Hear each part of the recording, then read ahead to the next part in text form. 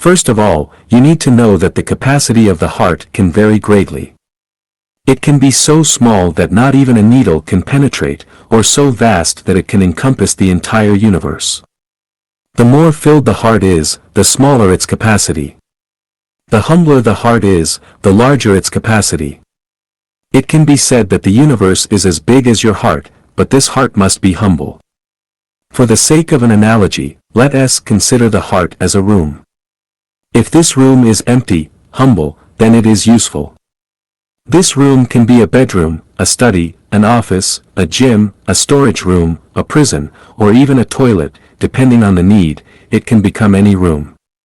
But if this room is already filled with all kinds of junk, then this room is almost a junkyard, and it can no longer fit more things, nor can it become a useful room.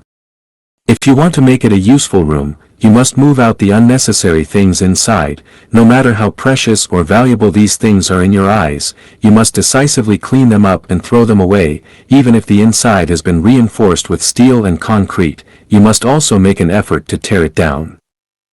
The heart is like a room. The more prejudices and preconceptions you have, the less useful your heart is, and the smaller its capacity.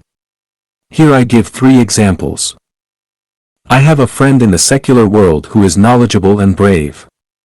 However, when I bring up the formation of the universe and the origin of life, he immediately asserts the universe was formed by the Big Bang, life originated in water, and species came about through evolution. That he shows impatience to continue the discussion with me, leaving me speechless. For hundreds of years, these prejudices have been accepted by the world, binding the minds of millions of people. Why not use scientific methods and thinking to reason and verify step by step? If the Big Bang could form an orderly universe, why didn't the bombings of Nagasaki and Hiroshima result in 2 more beautiful, orderly, and modern cities, but instead resulted in chaotic ruins? To refute the fallacy that life accidentally formed in water requires a lot of space, so I recommend reading the book Life, How Did It Get Here? By Evolution or by Creation? This book can be obtained by writing to 25, Columbia Heights, Brooklyn, New York, 11201. USA. It's worth noting that even Charles Darwin, a representative figure of the theory of evolution, admitted that life may have been originally breathed by the Creator into a few forms or into one. And Richard Dawkins, a representative figure of the theory that life accidentally originated in water, said in his book The Selfish Gene, this book should be read almost as though it were science fiction. Evolution only occurs within the same species of animals, plants, and microorganisms. One species will not evolve into another.